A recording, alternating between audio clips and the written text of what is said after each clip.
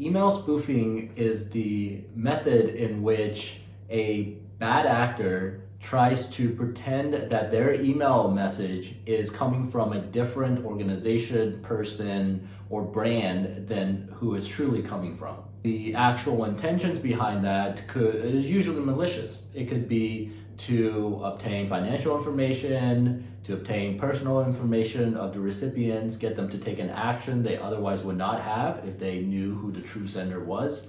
or just to wreck the brand image for malicious purposes. It is very important that you take actions to protect your brand from bad email spoofers who could really wreak havoc and damage both your relationship with your customer as well as your brand perception in the long term.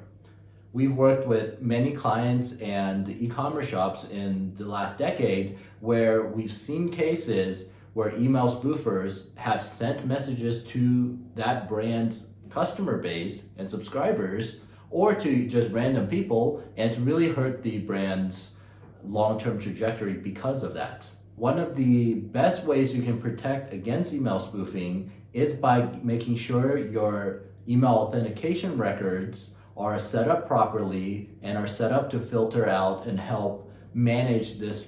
spoofing attempts. Email authentication has many purposes, security purposes, as well as identifying the sender, and a lot of those core purposes overlap with preventing spoofing and, by extension, phishing attacks. The core record is DMARC, in which you can identify what you want the recipient inboxes to do when they receive email that claims to be from you but fails DMARC authentication.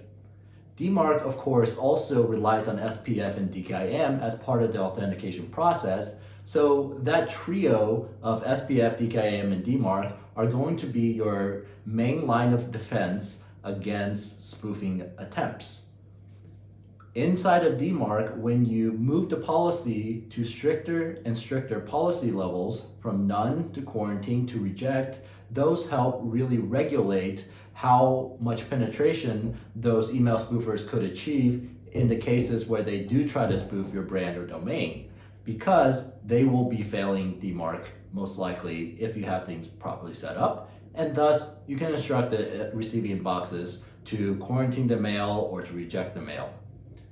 Now, there's no real foolproof defense against email spoofers. There are many other mechanisms that they can sort of use to sort of skirt the system, but at the very least, you as a brand doing your due diligence should be making sure that your email authentication records, first and foremost, are really, really dialed in, so that it makes it harder for those spoofers to spoof your particular brand, and it makes you a victim that is not as easily targetable, and perhaps these bullies will move on to someone else. So in short,